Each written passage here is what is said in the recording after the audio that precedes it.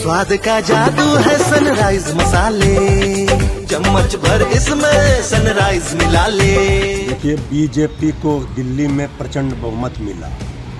आदरणीय प्रधानमंत्री जी उसकी बात न करके आदरणीय नीतीश कुमार जी को लेकर कह रहे हैं कि बिहार में डेवलपमेंट किया, आदरणीय नीतीश कुमार जी ने किया।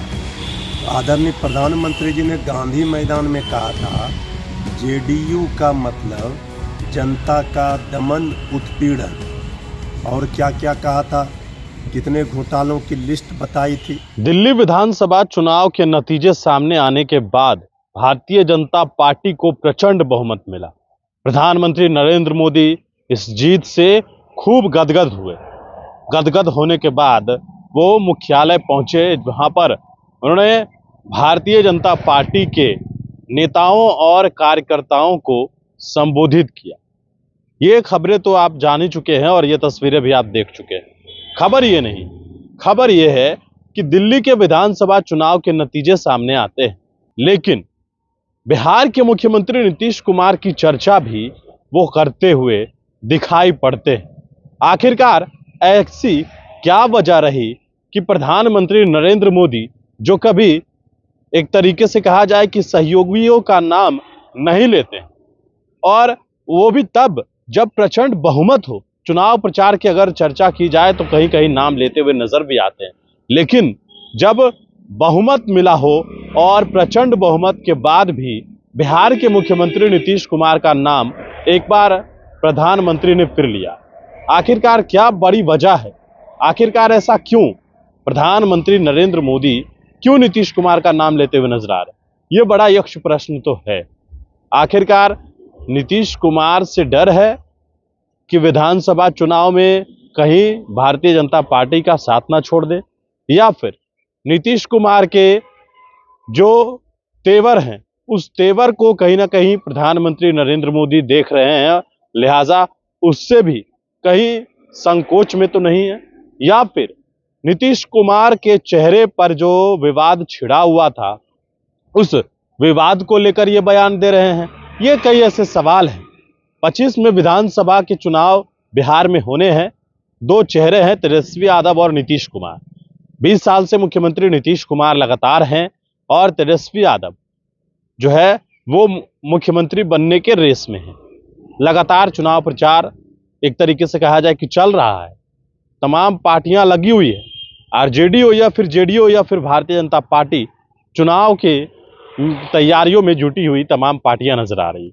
लेकिन उस बीच नीतीश कुमार को लेकर एक बड़ा बयान प्रधानमंत्री नरेंद्र मोदी का, ये बड़ा सवाल है, आखिरकार प्रधानमंत्री नरेंद्र मोदी ने क्यों लिया नीतीश कुमार का नाम मंच से? सवाल यही है।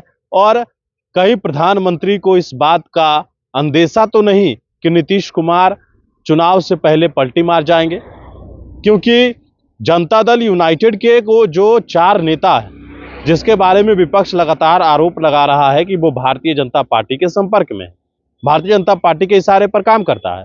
सवाल ये भी है, भले ही भारतीय जनता पार्टी को प्रचंड बहुमत मिला हो, लेकिन वही जेडीयू चुनाव लड़ रही थी और हार भी गई, और उसको लेकर किसी प्रकार का कोई बयान सामने नहीं आया पार्टी के नेताओं का। बड़े नेता हैं जो पार्टी के कार्यकारी अध्यक्ष हैं, उन्होंने सीधे से इस बयान को घुमाते हुए बिहार पर जो है वो कह दिया। ललन सिंह, उन्होंने भी कोई बयान देने से वो बचते हुए नजर आए। आखिरकार जेडीयू हारी तो है, और इसका जिम्मेवार कौन है? नीतीश कुमार खुद, क्योंकि वो तो प्रचार करने भी नहीं गए थे। ये कई ऐसे सवाल हैं, और कहीं ना कहीं इस बात का अंदेशा प्रधानमंत्री को है, और इस अंदेशे को लेकर प्रधानमंत्री ने नीतीश कुमार का नाम जरूर लिया कि आने वाले वक्त में आप हमारे साथ ही रहे, एनडीए को बहुमत मिलेगा और एनडीए चुनाव जीतेगी। लेकिन चुनाव जीतने के बाद ये तो तय है कि बिहार के मुखिया जरूर बदल जाएंगे। अगर एनडीए सरकार में आएगी तो नीतीश कुमार भले ही कुछ दिनों तक मुख्यमंत्री रहें, लेकिन आने वाले वक्त में बदलाव जरूरी है। नीतीश कुमार के बेटे निशांत की भी सियासी एंट्री होने जा रही है। हालांकि तारीख तय नहीं है, लेकिन चर्चा तेज है। तो प्रधानमंत्री नरेंद्र मोदी नीतीश को लेकर क्यों कह रहे हैं, किस बात का इशारा कर रहे हैं, ये तमाम बातों को लेकर फिलहाल अभी देखना होगा कि आने वाले वक्त में होता है। देखिए, बीजेपी को दिल्ली में प्रचंड बहुमत मिला। आदरणीय प्रधानमंत्री जी उसकी बात न करके आदरणीय नीतीश कुमार जी को लेकर कह रहे हैं कि बिहार में डेवलपमेंट किया, आदरणीय नीतीश कुमार जी ने किया। आदरणीय प्रधानमंत्री जी ने गांधी मैदान में कहा था जेडीयू का मतलब जनता का दमन उत्पीड़न, और क्या क्या कहा था, कितने घोटालों की लिस्ट बताई थी, ये सब भी जनता को पता है। एक और बीजेपी जहाँ कह रही है कि ताकतवर पार्टी है, दुनिया की सबसे बड़ी पार्टी है, लेकिन बिहार में आकर के वो बैसाखी पर ही रहती है। पिछले 3 दशकों से ज़्यादा आरजेडी से लड़ाई बीजेपी लड़ रही है, लेकिन बैसाखी के सहारे किसी तरह से 2020 में जो किया घपला जनमत घोटाला, उससे सत्ता में आने में कामयाब हो गई। लेकिन 18 वर्षों से एनडीए का शासन है, डबल इंजन की सरकार है, बिहार हर मानक में क्यों फिसड्डी है, यह आदरणीय प्रधानमंत्री जी को बताना चाहिए कि भ्रष्टाचार अपराध का किस तरह से ग्राफ बढ़ा हुआ है।